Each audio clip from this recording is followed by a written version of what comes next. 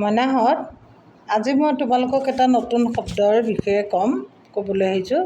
এই শব্দটো আমি প্ৰত্যেকেই ব্যৱহাৰ কৰি আছোঁ, গতিকে আমি জনাটো উচিত বুলি মই ভাবোঁ। শব্দটো হৈছে নেটিকেট। নেটিকেট শব্দটো কেতিয়াবা তোমালোকে শুনিছানে? কাক কোৱা হয়? কিয় কয় নেটিকেট বুলি? এই কথাবিলাক আমি জানিব লাগে, সেয়েহে মই আজি ক'বলৈ ওলাইছোঁ। ইণ্টাৰনেট আৰু এটিকেট, এই দুটা শব্দ বেলেগ বেলেগ শব্দৰ পৰা নিৰ্বাচন কৰি উলিওৱা এটা যুৰীয়া শব্দ। ইণ্টাৰনেট আৰু এটিকেট, এই দুটা শব্দ মিলাই কৰা হৈছে নেটিকেট।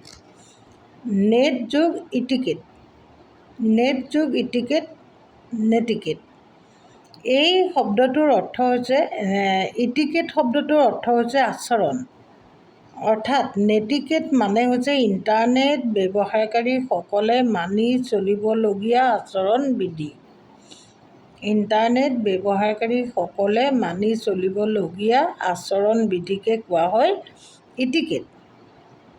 উদাহৰণস্বৰূপে, ইণ্টাৰনেটত কোনো ধৰণৰ খবৰ পঠিয়াওঁতে ব-ফলাৰ আখৰ ব্যৱহাৰ কৰাটো নীতি বিৰুদ্ধ বা নেটিকেট নমনা কাৰ্য বুলি গণ্য কৰা হয়। বাৰু, তোমালোকে চিটিজেন শব্দৰ অৰ্থ জানা নহয়? চিটিজেন মানে হৈছে নাগৰিক। ঠিক তেনেদৰে ইণ্টাৰনেট বা চমুকৈ নেট ব্যৱহাৰ কৰা সকলক কি বোলে জানানে? তেওঁলোককে কোৱা হয় নেটিজেন।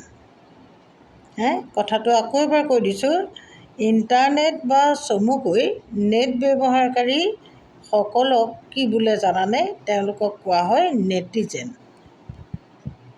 আজিৰ পৰা মনত থাকিবনে? এতিয়া তোমালোকেও পঢ়া শুনা কৰা, নেট যোগে পোৱা কিতাপ পত্ৰ পঢ়িব পাৰা, কিবা তোমালোকে প্ৰশ্ন উত্তৰ লিখা। এই যে নেট ব্যৱহাৰ কৰা, কিছুমান নিয়ম মানি চলিবলৈ দিছে। কেতিয়াবা তোমালোকে কিবা লিখা, কেতিয়াও ব-ফলাৰ আখৰ লিখিব নালাগে, আৰু তেতিয়া সেই নেট ব্যৱহাৰকাৰীসকলক কি বুলি ক'ব? নেটিজেন বুলি কোৱা হয়। এইটোৱেই আজিৰ খবৰটো।